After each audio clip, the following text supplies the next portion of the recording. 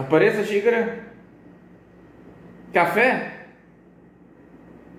Shazam? Inanimados Conjuros? Pô, como é que aconteceu da última vez? Isso aí. Olá!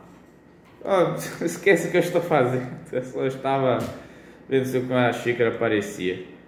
Episódio de hoje: como funcionam os inibidores de recaptação de serotonina, como a fluoxetina, a sertralina, o escitalopram ou a fluvoxamina, por exemplo. Eles se perguntaram como esses inibidores funcionam? Então, esse nome, inibidores de recaptação de serotonina, é óbvio que eles inibem a recaptação de serotonina e aumentam a serotonina. Onde os neurônios ficam?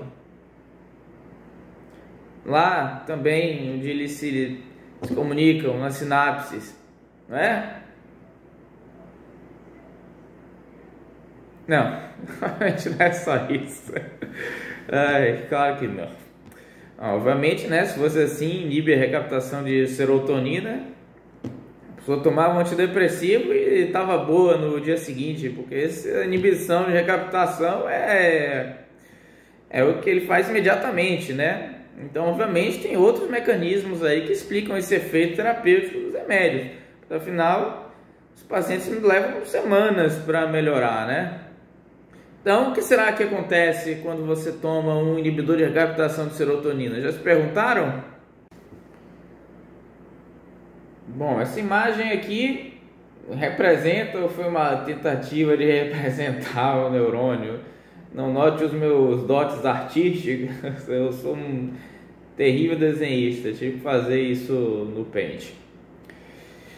Bom, eu poderia ter usado uma imagem de livro, mas essas imagens têm copyright, né? Então essa aí foi a alternativa que sobrou, tá? Então, mas acho que serve, dá para entender, Temos aqui uma tentativa de representar o neurônio.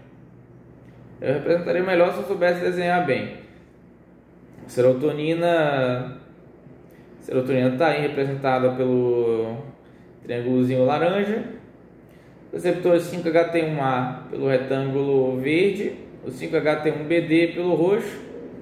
Esses receptores, eles são autorreceptores, ou seja, eles são receptores que estão presentes no próprio neurônio de serotonina. E eles têm um detalhe, eles são inibitórios. Eles diminuem a liberação de serotonina quando eles são estimulados. Isso aí é um mecanismo de autorregulação, que existem vários no sistema nervoso. Bom, os outros receptores, são os amarelos, são os outros receptores de serotonina também. Eles podem ser tanto excitatórios quanto inibitórios, e quais serão eles vão variar a depender da área do cérebro que está sendo inervada. A CERT, que é representado pelo círculo azul, é o transportador de serotonina.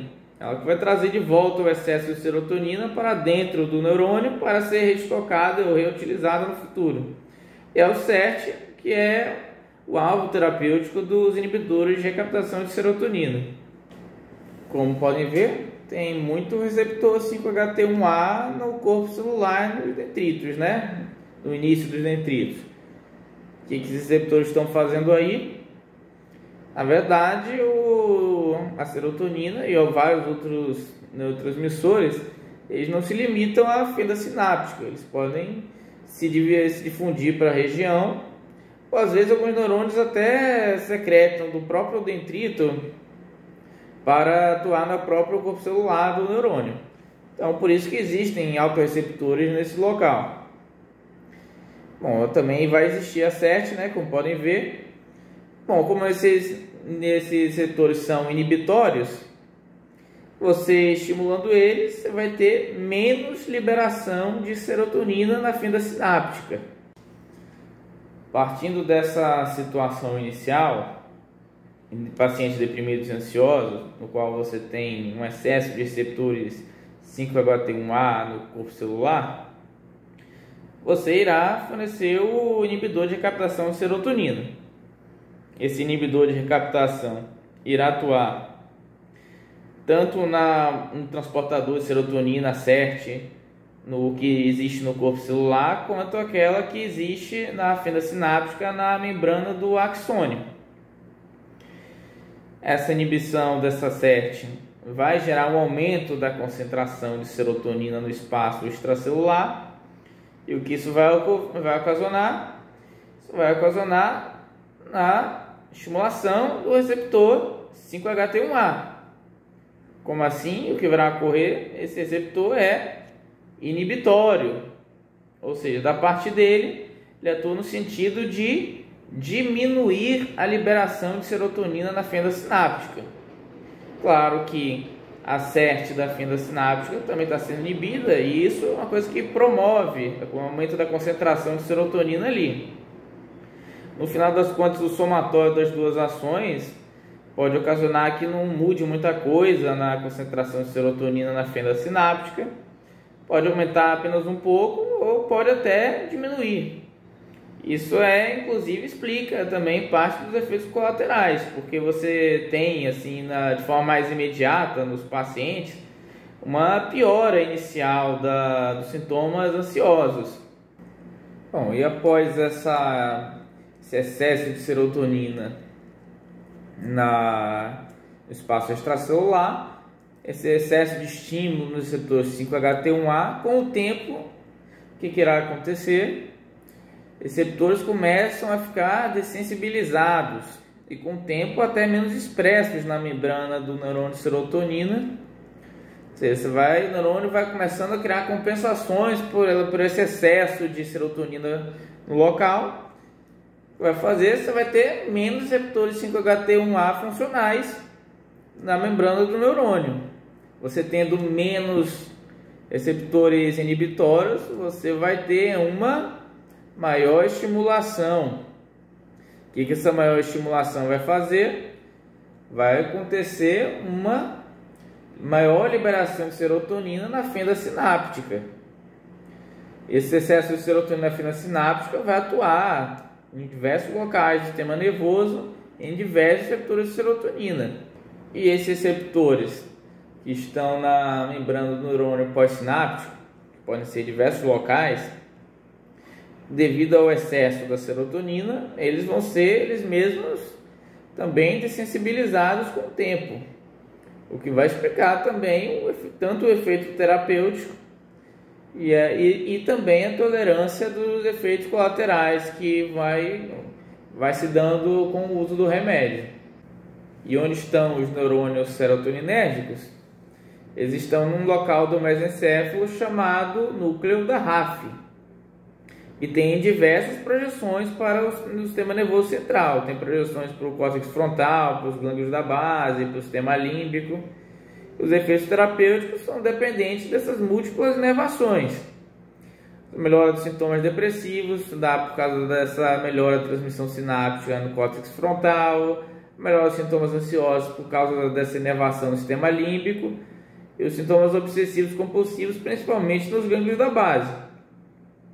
Por isso esse múltiplo uso desses antidepressivos. Obviamente, toda essa mudança nesses neuroreceptores, aliás, nem um pouco óbvio, todas essas mudanças nesses neuroreceptores, eles vão ocasionar toda uma reação em cadeia dentro das células, seja nos neurônios serotoninérgicos, seja nos alvos desses neurônios. Por exemplo, no neurônio serotoninérgico, a própria CERT, com o tempo, pode ser menos expressa na membrana, e isso pode contribuir com a persistência dos efeitos terapêuticos depois. E também no hipocampo, por exemplo, você pode ter uma maior expressão do BDNF, uma molécula responsável, entre outras coisas, pela neurogênese, que vai criar neurônios novos naquela região e melhorar isso. Tem estudos que dizem que isso melhora a depressão também. Ainda não se sabe, ainda não está elucidado todos esses mecanismos, como todas essas coisas se entrelaçam. Isso ainda é uma área a ser explorada. Claro que os antidepressivos eles não são completamente eficazes em todas as pessoas. com o tempo, se, por exemplo, a persistência do fator que ocasionou essa depressão na pessoa, pode ser que mesmo com remédio você ainda crie compensações, entendeu? Que acabam tornando eles ineficazes no final das contas. Mas esperamos que no futuro se elucide mais sobre essas outras vias e se faça antidepressivos mais eficazes. É isso aí, pessoal. Siga-me.